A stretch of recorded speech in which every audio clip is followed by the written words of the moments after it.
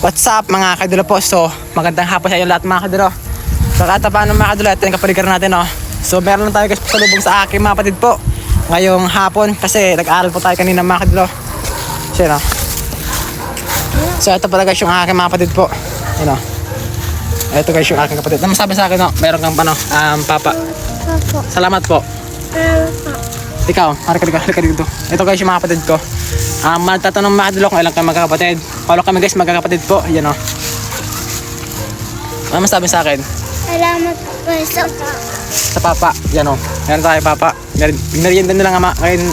Ngayon hapon mga kadulo kasi kakatapos ko lang po mag-aral ngayon talaga. So kakauwi ko lang. Yan o. Kasi nag-training kami guys ng swimming. Para matutumad lang oy sa tubig. Yan o.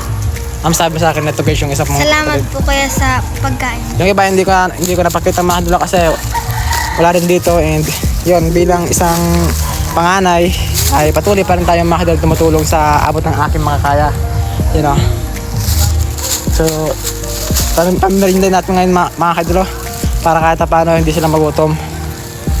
Ito guys yung kapaligiran natin, and sipag lang tayo palagi.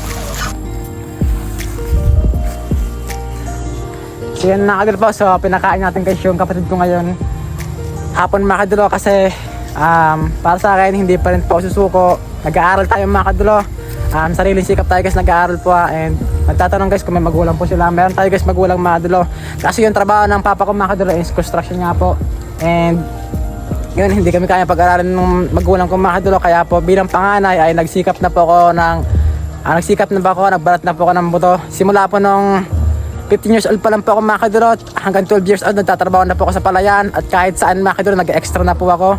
So nag-aaral po ako ng high school noon, is working student na po ako mga kadulo noon.